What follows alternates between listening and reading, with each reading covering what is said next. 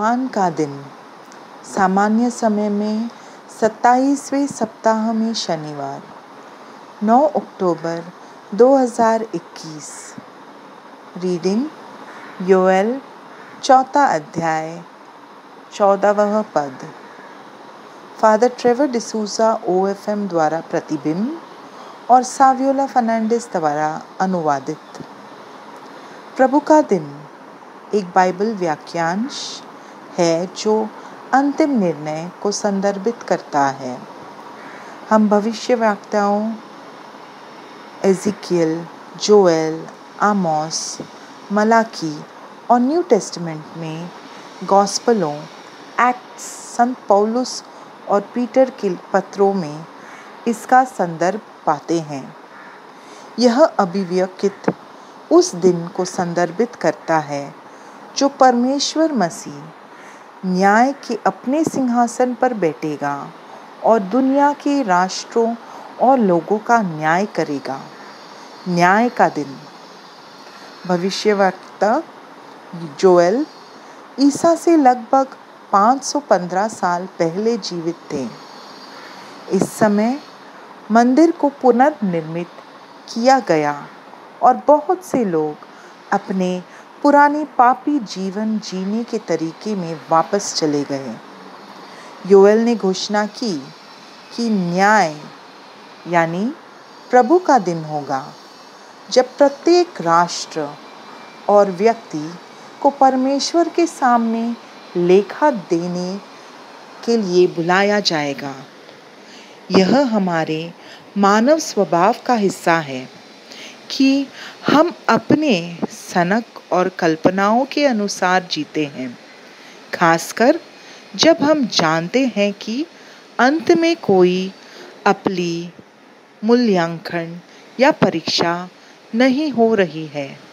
हालांकि जब हम जानते हैं कि जांच, मूल्यांकन होने जा रहा है, तो हम अपना जीवन दूसरी तरीके से जीते हैं।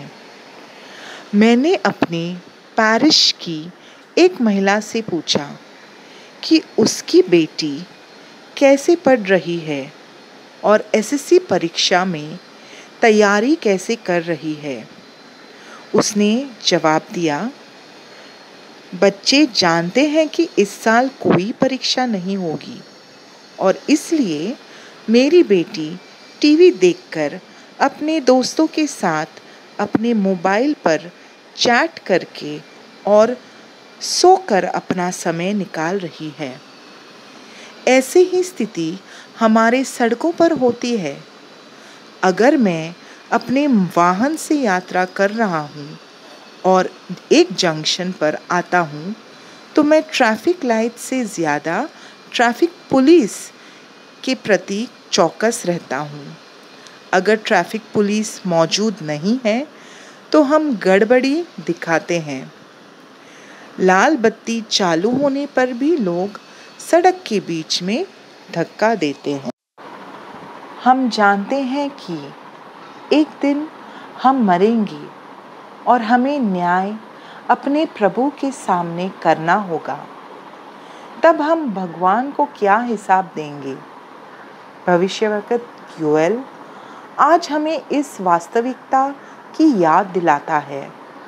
मृत्यु निश्चित है और ऐसा ही न्याय का दिन, प्रभु का दिन निश्चित है।